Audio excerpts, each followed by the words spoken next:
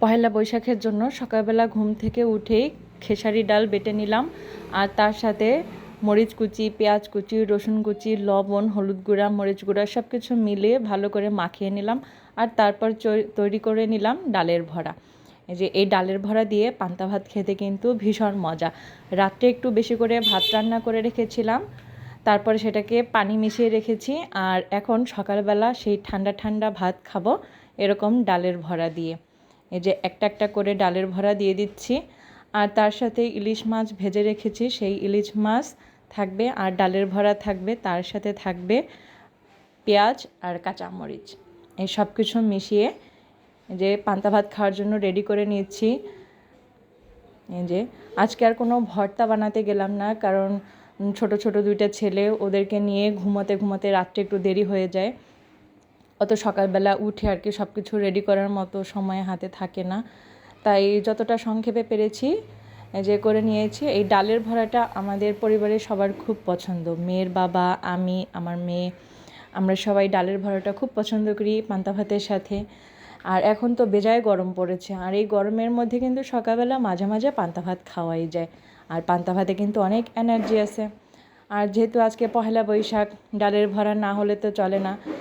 ভরাগুলো ভাজা হয়ে গেল, এখন সেগুলোকে প্লেটে তুলে নিচ্ছি। আর এভাবে একে একে সব ভরাগুলো প্লেটে তুলে নেব। আর ইলিশ মাছটা আগেই ভেজে রেখেছি, একদম লালচে করে ভেজে নিয়েছি। পেঁয়াজ কেটে রেখেছি, কাঁচামরিচ ধুয়ে রেখেছি, সব কিছু মিশিয়ে এখন ভাত খাওয়ার পালা। দেখেন সব কিছু রেডি করে নিয়েছি।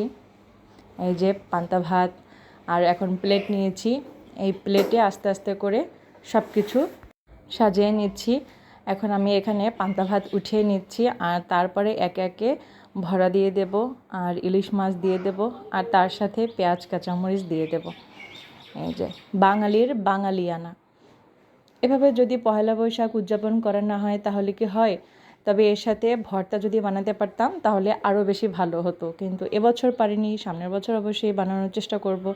এবছর দেখা যায় সব কিছু সামলিয়ে আর পেরে ওঠিনি। সকালবেলা এত কিছু করা একার পক্ষে অনেক কষ্ট হয়ে যায়, আর ভর্তা বানাতে কিন্তু অনেক বেশি সময় লাগে। যাই হোক, এখন মজা করে ভাত খাচ্ছি, পান্তা ভাত, কাঁচামরিচ, ইলিশ ভাজা, আর তার সাথে আছে ডালের ভরা। এখন আমরা সবাই মজা করে খাচ্ছি। সবাই ভালো থাকবেন, আনন্দে থাকবেন। আপনারা আপনাদের মতো করে পহেলা বৈশাখটাকে অনেক মজা করে উদযাপন করেন। আর তারপর চলে আসলাম দুপুরের রান্নার জন্য। দুপুরের রান্নার জন্য মুরগির মাংস নিয়েছি। আলু দিয়ে মুরগির মাংস একটু হালকা ঝোল করে রান্না করব। আর তার সাথে পোলাও করব, ডিম কোরমা করব।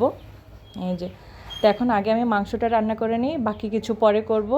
আর ভিডিও করতে পারছি না আর কি, সব কিছু মিলিয়ে এখন আর কি রেখে দিচ্ছি। সবাই অনেক অনেক ভালো থাকবেন। আল্লাহ হাফেজ।